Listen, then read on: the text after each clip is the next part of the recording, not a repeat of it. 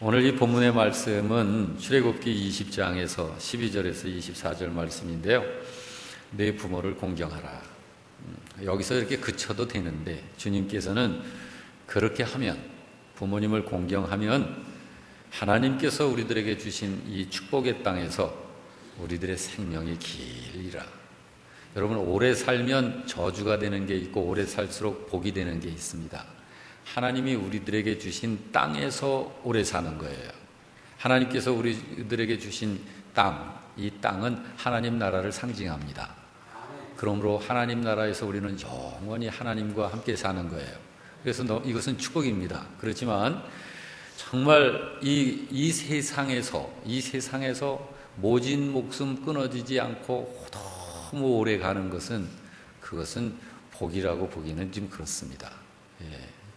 자, 우리 영락교회 교우 여러분들은 우리 부모님 공경, 이제부터라도 더 정말 이렇게 부모님 공경해 드려서 하나님의 신령한 영적인 복이 여러분에게 있기를 주 이름으로 축원합니다. 오늘 본문 12절 말씀을 다시 한번 우리 합독해 봅시다. 다 같이. 내 부모를 공경하라. 그리하면 내 하나님 여호와가 내게 준 땅에서 내 생명이 길리라. 오늘은 우리 각자가 부모님을 마음에 생각하면서 예배를 드리려고 그럽니다. 우리 중에는 지금 부모님을 모시고 사는 여러분도 계시지만 부모님들께서 소천하셔서 마음속에만 모시고 있는 분들도 계실 거예요. 그렇지만은 오늘의 이 말씀은 우리 모두에게 생명의 말씀입니다. 동시에 축복의 말씀이 되기를 바랍니다. 왜 그러냐면은 하나님께서 우리 육신의 부모님을 통해서 계시하시고자 하는 메시지가 있어요. 하나님께서 주시고자 하시는 그 신령한 말씀이 있어요. 다른 말로 말하면 여기 주님께서 내 부모를 공경하라 하신 이 부모는 우리의 육신의 부모님을 말씀하시는 것 맞습니다. 그런데 육신의 부모님만으로 제한되어지지는 않습니다. 우리 영적인 부모, 우리들의 영적인 보호자, 그리고 우리들의 영적인 양육을 책임져 이루어 주시는 교회의 지도자들도 포함을 합니다. 그리고 동시에 아울러서 우리 사회의 연장자님들을 역시 다 함께 아우르는 그 단어입니다. 그리고 궁극적으로는 육신의 부모님을 공경함을 통해서 사람을 치유하시고 하나님을 공경하는 사람으로 회복시키고자 하시는 하나님의 메시지가 있는 거예요. 그러므로 그저 단순히 우리의 육신의 부모님 공경해라, 이제 그런 아주 이 단순한 어떤 그런 의미를 훨씬 뛰어넘는 그런 하나님의 메시지가 있는 것입니다. 다시 한번 제가 오늘 본문 12절을 읽어드리면은 내 부모를 공경하라. 그리하면 너의 하나님 여호와가 내게 준 땅에서 너의 생명이 길리라. 이렇게 말씀을 하십니다.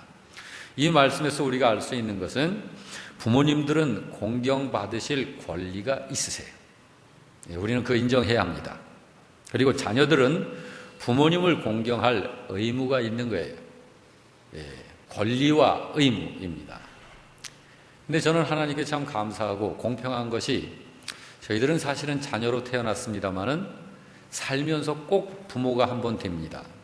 그래서 자녀로서 부모님을 공경케 하시다가 또 부모가 되어서 자식의 공경을 받도록 하신 하나님, 참 공평하신 하나님, 너무 좋으신 하나님을 생각했습니다. 그렇습니다. 부모님들은 공경받으실 권리가 있으시고요, 우리 자녀분들은 부모님을 공경할 의무가 있는 것입니다. 자녀들이 부모님을 공경하는 데 있어서는 조건이 없습니다. 다른 말로 말하면 무조건 해야 합니다. 무조건 해야 해요. 그런데 그게 잘 안 되죠. 그게 잘 안 돼요. 왜 그러냐면 부모님은 나한테 부모님의 역할을 잘 안 하셨잖아요 하는 이런 것들이 우리를 이렇게 가로막는 거예요. 그렇지만 여러분, 부모님의 모습이 우리들에게 어떠하셨든지 간에 그것을 뛰어넘어야 합니다.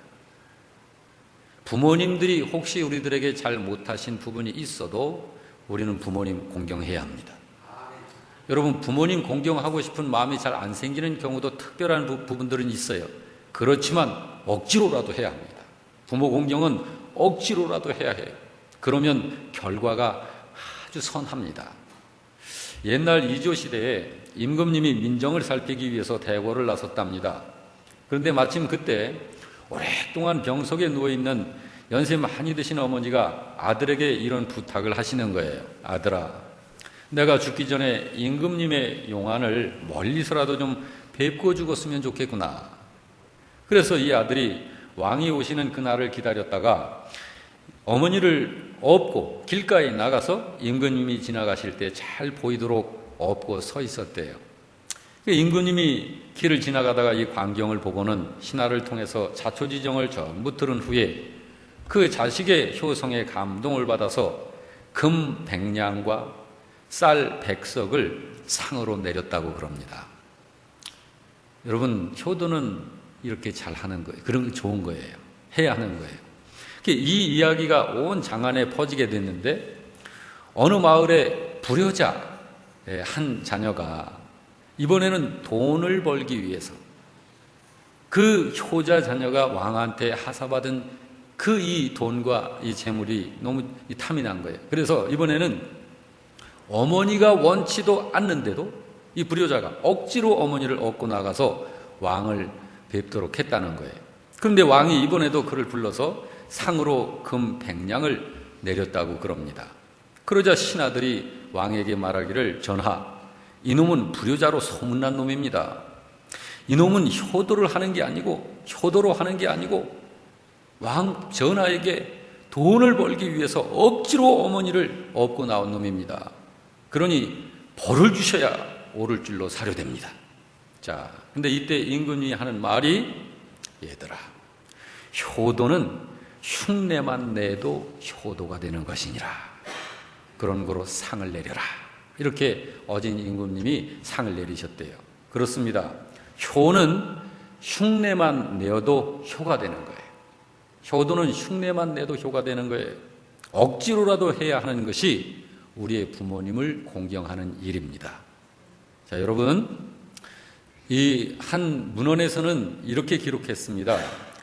효도하는 자식이 효도하는 자녀를 낳고 거역하는 자식이 거역하는 자녀를 낳는다. 이것은 처마 끝에 물이 떨어지는 것과 이치가 같은 것이다. 이런 말이 있습니다. 그렇습니다, 여러분. 지금 제가 이 말을 하는 것은 세상 이야기하고자 하는 거 아니에요.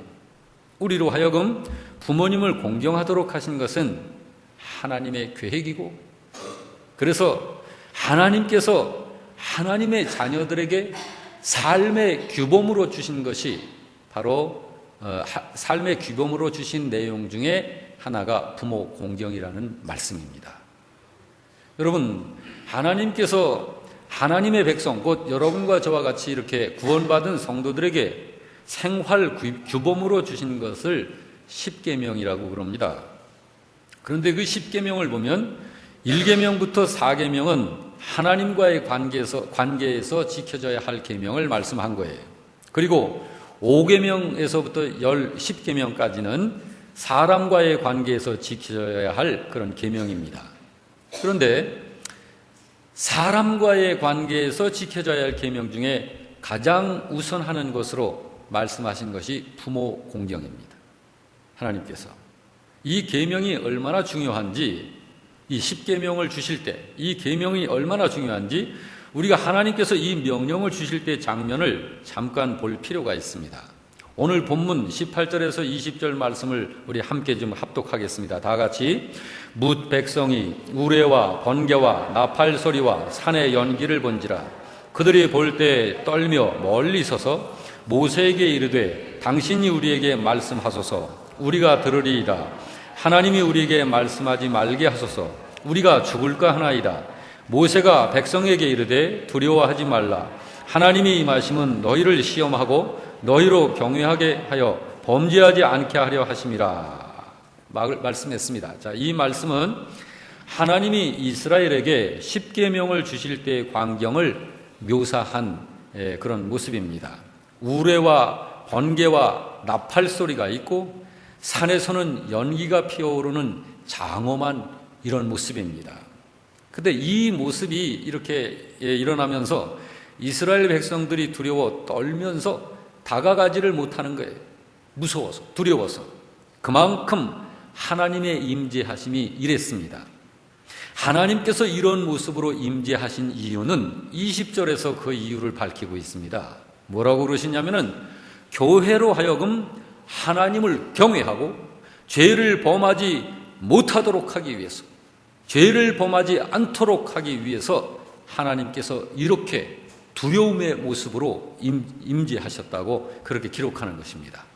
이런 장면으로 임재를 하시면서 하신 말씀이 22절부터 24절입니다. 역시 이것도 합독합니다.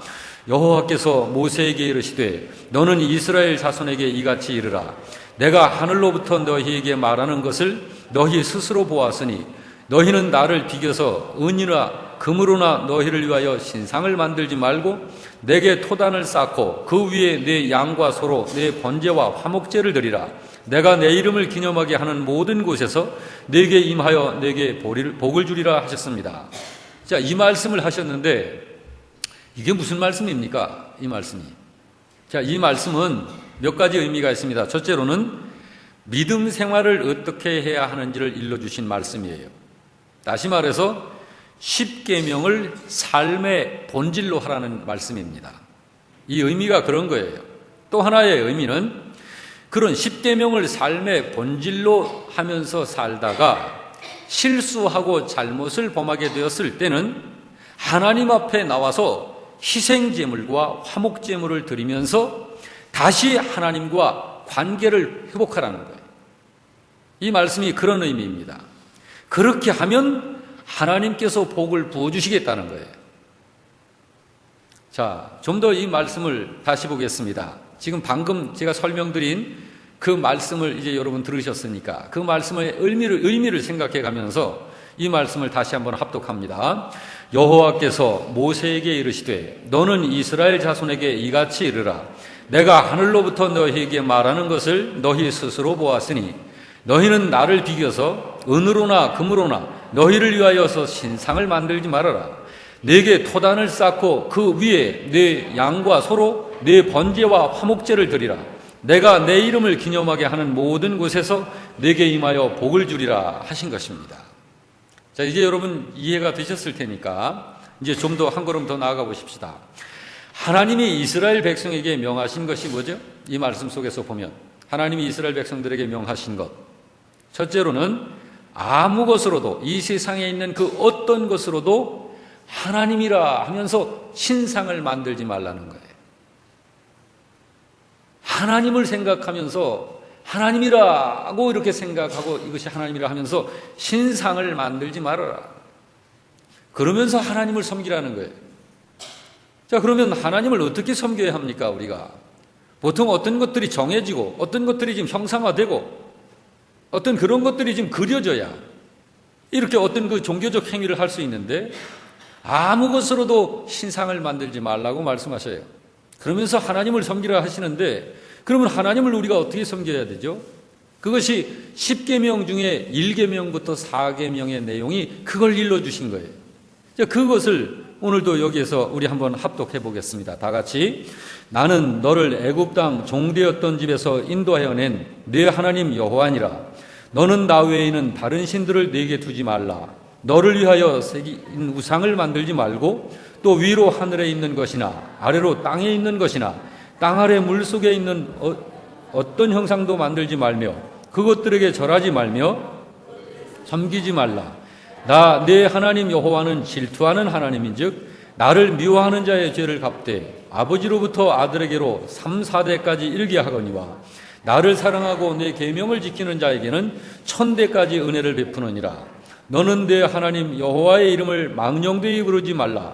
여호와는 그의 계명을 망령되게 부르는 자를 죄 없다 하지 아니하리라. 안식일을 기억하여 거룩하게 지키라. 엿새 동안은 힘써 내 모든 일을 행할 것이나 일곱째 날은 내 하나님 여호와의 안식일인즉 너나 내 아들이나 내 딸이나 내 남종이나 내 여종이나 내 가축이나 내 문 안에 머무는 객이라도 아무 일도 하지 말라. 이는 엿새 동안에 나 여호와가 하늘과 땅과 바다와 그 가운데 모든 것을 만들고 일곱째 날에 쉬었음이니라. 그러므로 나 여호와가 안식일을 복되게 하여 그날을 거룩하게 했다라고 이렇게 우리가 하나님을 섬기도록 하나님이 자상하게 일러주셨습니다. 우리가 하나님을 믿는 이 신앙생활은 그렇게 해야 하는 것이에요. 할렐루야. 그렇게 해야 하는 거예요. 자, 이제 이 말씀을 또 우리가 들었으니까 조금 전에 22절부터 24절 말씀을 한번 그래서 더 좀 볼 필요가 있습니다. 여호와께서 모세에게 이르시되 너는 이스라엘 자손에게 이같이 이르라. 내가 하늘로부터 너희에게 말하는 것을 너희 스스로 봤으니까. 자, 하나님의 임재하심을 보면서 온 백성들이 굉장히 두려웠어요. 그래서 하나님이 직접 우리들에게 말씀하지 말게 해 주십시오. 모세, 당신을 통해서 하나님 말씀을 들어야 되겠습니다. 자, 이런 반응이 나온 거예요. 자, 23절. 너희는 나를 비겨서 은으로나 금으로나 너희를 위하여 신상을 만들지 말고 내게 토단을 쌓고 그 위에 내 양과 소로 내 번제와 화목제물을 드리라. 내가 내 이름을 기념하게 하는 모든 곳에서 내게 임하여 복을 주리라. 자, 이렇게 말씀을 하셨는데 여기 백성들에게 번제와 화목제를 드려라 이렇게 말씀을 하시죠. 자, 이건 왜 드리라고 할까요? 하나님께서 번제를 드리래요. 여러분과 저에게 말씀하시는 거예요. 시간적으로 이때 말씀하신 적은 약 3,500년이 훌떡 넘은 그 모세 시대에 그때 하나님의 백성들에게 이 말씀을 하신 거예요. 번제를 드리래요. 화목제물을 드리래요. 왜? 여기 성경에 말씀하시기를 백성이, 성도가, 신자가 하나님께 제사하면 하나님께서 그들에게 임재하시겠다는 거예요. 여러분, 임재는 하나님의 예배는 하나님의 임재하심이 있어야 예배가 되는 겁니다. 하나님이 함께 하시는 자리가 돼야 예배가 되는 거예요. 우리의 예배의 주체는 하나님이십니다. 여러분, 하나님의 임재가 되어지지 않는 예배는 예배가 아닙니다. 그것은 하나님께서 받으시는 거 아니에요. 백성들이 제사를 하면 하나님께서 그들에게 임재하시겠다는 거예요. 그리고 복을 내리시겠다는 거예요. 그래서 백성들이 제사를 하는 겁니다. 하나님께. 여러분, 제사에 없어서는 안 되는 게 있습니다. 뭐죠? 제물입니다. 여러분, 우리들이 하나님을 알기 전에 조상님들에게 제사하지 않았습니까? 자, 조상님들에게 제사할 때도 반드시 최고의 정성을 들여서 준비해야 하는 것이 제물입니다. 제물. 번제의 제사를 드릴 때에는 번제물이 있어야 하는 거고요. 화목제를 드릴 때는 화목제물이 있어야 되는 거예요. 자, 그러면 여러분, 오늘 여러분과 저에게는 무엇이 제물과 같은 겁니까? 여러분과 저에게는, 우리들에게는 무엇이, 여러분, 주님께서 성경은 분명히 말씀하신 것이 있어요. 오늘 저도 역시 마찬가지고 여러분도 그렇고 하나님 앞에 제물로 드리면서 예배해야 하는데 그게 뭘까요? 그것은 헌금으로 표현이 되는 것입니다. 헌금으로 표현이 되는 거예요. 헌금과 그리고 우리들의 섬김, 봉사 이런 것으로 표현되는 헌신, 이것이 제물입니다. 헌신입니다. 내가 하나님께 나 자신을 드립니다. 나 자신이 하나님 앞에 제물이 되는 거예요. 나 자신이, 나의 생명과 나 존재 자체가, 나의 시간과 나의 나됨과 나의 삶과 생명 전체가, 나의 소유가, 이것을 하나님 앞에 산 제물로 드리는 거예요. 그런데 이것을 하나님은 우리의 중심을 보시기 때문에 우리가 우리 자신을 하나님 앞에 헌신하는 이것을 제물로 그대로 받으시면서 우리에게 이제 신령한 복을 막 내려주시는 것인데, 우리가 하나님 앞에 헌신합니다, 나 자신은 하나님의 것입니다 라고 드리는 이 표현을 헌금과 봉사와 섬김으로 표현되는 헌신으로 드리는 거예요. 믿으시기 바랍니다. 그러므로 여러분, 우리가 신명기 16장 16절의 말씀을 기억해야 해요. 이 말씀을 여러분 띄워주시기 바랍니다. 우리 한번 합독해 보십시다. 다 같이. 네 하나님 여호와께서 택하신 곳에서 여호와를 배웁되 빈손으로 여호와를 배웁지 말라. 빈손으로 하나님 앞에 나오지 말라 하신 거예요. 왜 그렇습니까? 여러분, 우리들에게 있어서 빈손으로 하나님 앞에 나오지 말라 하는 것은 너 자신이 나에게 산 재물인데 네가 너 자신의 믿음으로 내게 재물로 너 자신을 드린다고 하는 것의 직접적인 표현이, 그것이 직접적으로 드러낼 수 있는 너의 표현이 헌금과 섬김과 시간과 이런 봉사를 통해서 하나님 앞에 드리는 것을 말씀하는 것이에요. 그러므로 빈손으로 나오지 말라 하신 거예요. 우리 중에 여러분, 빈손으로 하나님 앞에 주일날 정말 이렇게 헌금 준비하지 않고 빈손으로 나오시는 분들도 아마 있을 것 같아요. 그런 경우에는 왜 그럴까요? 왜 그럴까요? 이건 여러분 스스로 여러분 마음속에 그게 있지 않습니까? 그렇게 하지 말라는 거예요. 저는 부디 여러분에게 부탁드립니다. 하나님 앞에 나올 때 여러분 중심을 하나님께서 받으실 만한 예배자로 나오시길 주 이름으로 축원합니다. 여기 번제는 헌신의 제사를 말하는 거예요. 그리고 화목제는 회개의 제사를 말하는 것입니다. 그런데 왜 번제와 화목제를 하라고 이렇게 말씀을 하시느냐 하면 하나님께서 주신 계명을 지켜 살다가, 십계명은 하나님께서 하나님의 자녀들에게 주신 영구 불패의 생활 규범이에요. 하나님의 자녀라고 불리워질 수 있는 사람들은 이 십계명을 생활의 본질로 만들어야 되는 거예요. 그런데 그 계명을 지키면서 그렇게 살다가 우리가 이 세상에서 실수할 때가 많습니다. 또 육신이 약해서 마음은 원이로되 잘 못할 때가 있어요. 그럴 때 다시금 하나님과의 관계를 회복할 길을, 회복할 방법을 하나님께서 제시해 주신 거예요. 만약에 여러분 우리가 하나님 앞에 죄를 범한 후에 그 죄로부터 다시 회복받아서 하나님과의 관계를 회복할 수단을 주시지 않으셨다, 그러면 우리는 하나님과의 관계는 끝나는 것입니다. 안 되는 거예요. 그러나 하나님께서 다시 관계를 회복할 수 있는 수단을 주신 거예요. 그것이 바로 하나님 앞에 나와서 제사하면서 회복하도록 하신 거예요. 여러분 믿으시길 바랍니다. 그리고 여러분, 번제와 화목제물을 드리라 했는데 어디서 드리라고 그러죠? 여기 24절을 우리 한번 같이 볼까요? 시작. 내게 토단을 쌓고 그 위에 내 양과 소로 내 번제와 화목제를 드리라. 내가 내 이름을 기념하는 모든 곳에서 내게 임하여 복을 주리라 했습니다. 어디에서 이 번제와 화목제를 드리라고요? 하나님의 이름을, 여호와의 이름을 기념하는 곳에서. 여러분, 그러면 그때 당시에 여호와의 이름을 기념하는 곳이 어딜까요? 하나님께 제사하기 위해서 단을 쌓아 만들어 놓은 제단이 있습니다. 거기서 하라.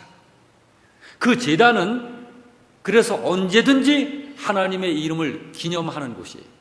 자, 그러면 오늘 이 시대에 여러분과 저에게 있어서는 하나님의 이름을 기념하는 곳이 어디죠? 예배당입니다. 교회입니다. 이렇게 주님 앞에 찾아 나와서 우리들이 예배할 적에 우리의 번제물과 희생제물, 곧 헌금을 주님 앞에 드리라는 거예요. 이스라엘이 성막을 알기 이전에 하나님은 백성이 여호와께 제사할 적에 토단을 토단이라는 거면 흙으로 제단을 쌓으라는 거예요. 그래서 토단을 쌓아서 번제와 화목제를 드리라고 명령하셨습니다. 그리고 하나님께 제사하는 장소를 하나님의 이름을 기념하는 곳에서라고 했습니다. 지금으로 말하면 바로 성전이고 예배당인데, 그러므로 예수님께서 이사야 56장 7절의 말씀을 인용하셔서 하신 말씀이 있습니다. 그것이 바로 뭐냐면 기록된 바 내 집은 만민이 기도하는 집이라 칭함을 받으리라 하지 아니하였느냐. 예수님께서 이 말씀을 하신 거예요. 여기 내 집이라고 한 이것, 바로 우리들이 교회이고 교회들이 모이는 주님의 이름을 기념하는 장소인 예배당을 말합니다. 포함하는 거예요. 그렇습니다, 여러분. 구원받은 성도는 교회를 통해서 하나님의 이름을 더욱 기념되게 하는 것이 바로 우리가 그것을 할 수 있는 거예요. 믿으시길 바랍니다. 그러므로 여러분, 그리고 하나님의 이름을 기념한다 했는데 자, 어떻게 하는 것이 하나님의 이름을 기념하는 것일까? 하나님의 이름을 기념하도록 하신 장소에 나왔으니까 우리가 여기서 하나님의 이름을 기념해야 되지 않겠습니까? 기념하라 했으니. 자, 이게 어떻게 하는 것이 하나님의 이름을 기념하는 것일까? 그것은 하나님께서 우리들에게 베풀어 주신 구원, 그리고 하나님께서 이 구원을 우리가 받을 수 있도록 베푸신 그 은혜, 이것을 기억하면서 하나님께 감사와 찬양의 예배를 드리는 거예요. 이것이 바로 여호와의 이름을 기념하는 행위입니다. 그렇게 할 적에 하나님께서 바로 그곳에 임재하셔서, 그곳에 강림하셔서 백성들을 만나주시고 백성들에게, 성도들에게 복을 주시겠다는 거예요. 이것이 하나님의 약속입니다. 그러므로 여러분, 살아있는 신령한 예배라고 하는 것은, 진정한 예배라고 하는 것은 여러분과 제가 하나님의 이름을 기념하여 높이는 거예요. 그러면 하나님께서 우리의 예배를 받으시면서 하나님의 위로부터 신령한 복을 우리들에게 반응하여 내려주시는 것입니다. 하나님은 우리의 예배를 받으시고 우리는 하나님께서 주시는 신령한 복을 받는 것이고, 이렇게 되어지는 것이 예배입니다. 이럴 때는 뭐가 있어야 된다고요? 그렇죠. 그렇습니다. 신자가 하나님의 구원과 은혜를 생각하면서 감사하면서 찬양 드리면서 예배를 드릴 적에 하나님이 그곳에 임재하시는 거예요. 오늘 우리 이 자리에 여러분, 하나님은 멀리 계시고 여기 안 계시고 우리끼리만 있는 그런 예배 아니잖아요. 여러분, 우리 중에 하나님은 이 자리에 함께 계심을 믿으시기 바랍니다. 우리 예배를 받으심을 믿으시기 바랍니다. 그리고 하나님의 이름을 기념하는 신자에게, 여러분과 저에게 하나님께서 신령한 복을 내리시는 거예요. 이 약속을 예수님께서는 이렇게 말씀하셨습니다. 두세 사람이 내 이름으로 모이는 곳에는 나도 그들 중에 있느니라.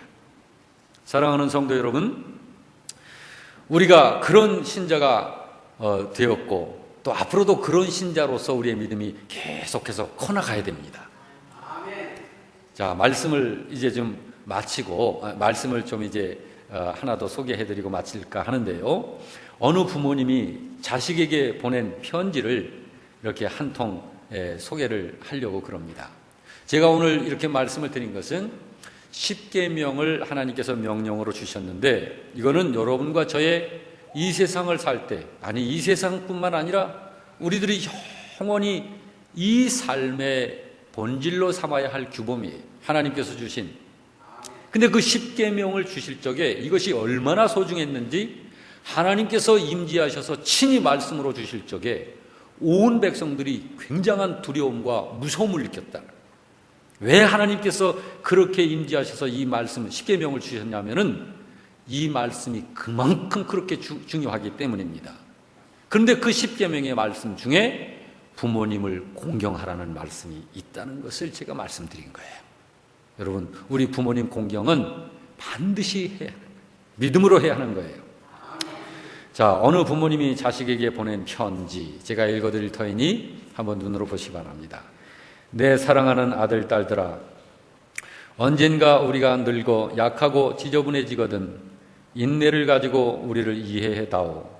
늙어서 우리가 음식을 흘리면서 먹거나 옷을 더럽히고 옷도 잘 입지 못하게 되면 네가 어렸을 적 우리가 먹이고 입혔던 그 시간들을 떠올리면서 미안하지만 우리의 모습을 조금만 참아 받아다오. 늙어서 우리가 말할 때 했던 말을 하고 또 하더라도 말하는 중간에 못하게 하지 말고 끝까지 들어주면 좋겠구나. 네가 어렸을 때 좋아하고 듣고 싶어 했던 이야기를 네가 잠이 들 때까지 셀 수 없이 되풀이하면서 들려주지 않았니? 훗날에 혹시 우리가 목욕하는 것을 싫어하거든 우리를 너무 부끄럽게 하거나 나무라지는 말아다오. 수없이 핑계를 대면서 목욕을 하지 않으려고 도망치던 너를 목욕시키려고 따라다니던 우리의 모습을 기억하고 있니? 혹시 우리가 새로 나온 기술을 모르고 무심하거든 전 세계에 연결되어 있는 웹사이트를 통하여 그 방법을 우리에게 잘 가르쳐다오. 우리는 네게 얼마나 많은 것을 가르쳐 주었는지 아느냐? 상하지 않는 음식을 먹는 법, 옷을 어울리게 잘 입는 법, 너의 권리를 주장하는 방법 등. 점점 기억력이 약해진 우리가 무언가를 자주 잊어버리거나 말이 막혀 대화가 잘 안 될 때는 기억하는 데 필요한 시간을 좀 내어주지 않겠니? 그리고 혹시 우리가 기억을 못 해내더라도 너무 염려하지는 말아다오.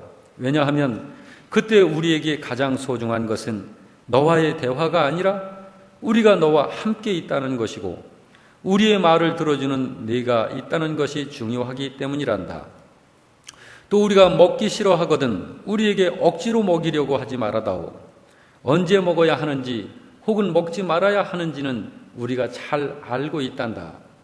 다리가 힘이 없고 쇠약하여 우리가 잘 걷지 못하게 되거든 지팡이를 짚지 않고서도 걷는 것이 위험하지 않게 도와줄 수 있니? 네가 뒤뚱거리며 걸음마를 배울 때 우리가 네게 한 것처럼 네 손을 우리에게 빌려다오.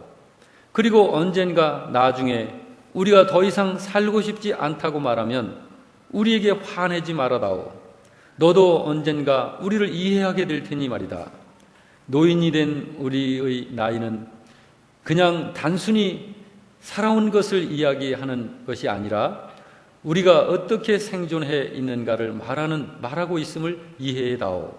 비록 우리가 너를 키우면서 많은 실수를 했어도 우리는 부모로서 줄 수 있는 가장 좋은 것들과 부모로서 보여줄 수 있는 가장 좋은 삶을 너에게 보여주려고 최선을 다했다는 것을 언젠가는 너도 깨닫게 될 것이다.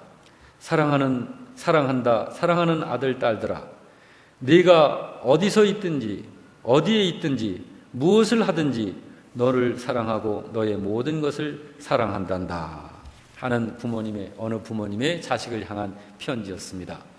여러분, 하나님의 부모님을 공경하는 사람에게 복을 약속하시면서까지 우리를 이렇게 이 명령을 부모님을 공경을 할 수 있도록 이렇게 지키게 하신 것은 그만큼 부모님을 공경하는 것이 중요하기 때문입니다. 육신의 부모님을 공경함을 통해서 사람을 치유하셔서 생명 주시고 다른 사람 구원받게 하시려는 구원받는 사람이 되게 하셔서 하나님 나라의 주인이 되어 살게 해주시려는 하나님의 사랑과 복된 하나님의 계획이 있기 때문입니다. 그러므로 여러분, 우리 교회 성도 여러분은 내 부모를 공경하라는 이 하나님의 말씀 믿음으로 순종해서 복받고 하나님께 영광 돌리고 우리가 이 세상을 살 적에 정말 삶이 풍성해지고 가정 안에 최고의 행복을 누리면서 사는 믿음의 여러분이 되시길 주 이름으로 축원합니다. 아멘.